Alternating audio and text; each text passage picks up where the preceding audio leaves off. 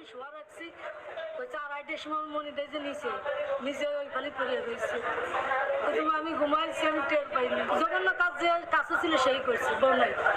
শিশুটিকে ধর্ষণের পর গলায় গামছা পেঁচিয়ে মেরে ফেলার চেষ্টা করা হয়, তবে সে জ্ঞান হারালে মৃত ভেবে সেভাবেই ফেলে রেখে যায় ধর্ষক। বৃহস্পতিবার সকালে শিশুটিকে উদ্ধার করে মাগুরা 250 শয্যা বিশিষ্ট হাসপাতালে ভর্তি করা হয়।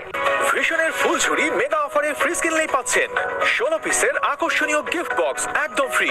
তবে অবস্থা আশঙ্কাজনক হওয়ায় সেদিনই তাকে ফরিদপুর মেডিকেল কলেজ হাসপাতালে আনা হয়। সেখান থেকে তাকে চিকিৎসার জন্য ঢাকা মেডিকেল কলেজ হাসপাতালে আনা হয়েছে।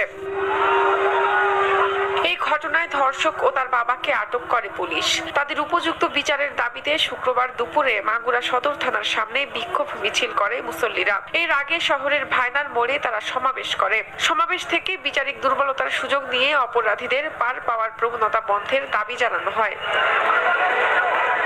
এ নিয়ে মাগুরার মহিলা পরিষদের সভাপতি লাবনী জামান জানান, সুষ্ঠু তদন্ত করে দ্রুত বিচার ট্রাইব্যুনালের মাধ্যমে আসামিদের বিচারের দাবি জানিয়েছেন তারা। এখন আমরা দ্রুত চাই যে আসামি ধরা পড়েছে তাদের সুষ্ঠু বিচার তদন্ত করে সুষ্ঠু বিচারের আওতায় এনে তাদেরকে দ্রুত বিচার ট্রাইব্যুনালের আওতায় এনে তাদেরকে বিচারের ব্যবস্থা করা হোক। আমরা কোনো প্রকার জাস্টিস চাচ্ছি না। থানার আশেপাশে উত্তেজিত জনতাকে ছত্রভঙ্গ করার পর মাগুরার অতিরিক্ত পুলিশ সুপার সহ পুলিশের ঊর্ধ্বতন কর্মকর্তা বৃন্দ সাংবাদিকদের সঙ্গে কথা বলেন। ভিকটিমের পরিবার থেকে যে 2 জন অভিযুক্তের ব্যাপারে আমাদেরকে বলা হয়েছে, আমরা অলরেডি সেই 2 জনকে জিজ্ঞাসাবাদের জন্য আটক করেছি। আমরা আমাদের পদক্ষেপ 100% গ্রহণ করেছি। এই ঘটনায় আশেপাশের এলাকায় চাঞ্চল্য সৃষ্টি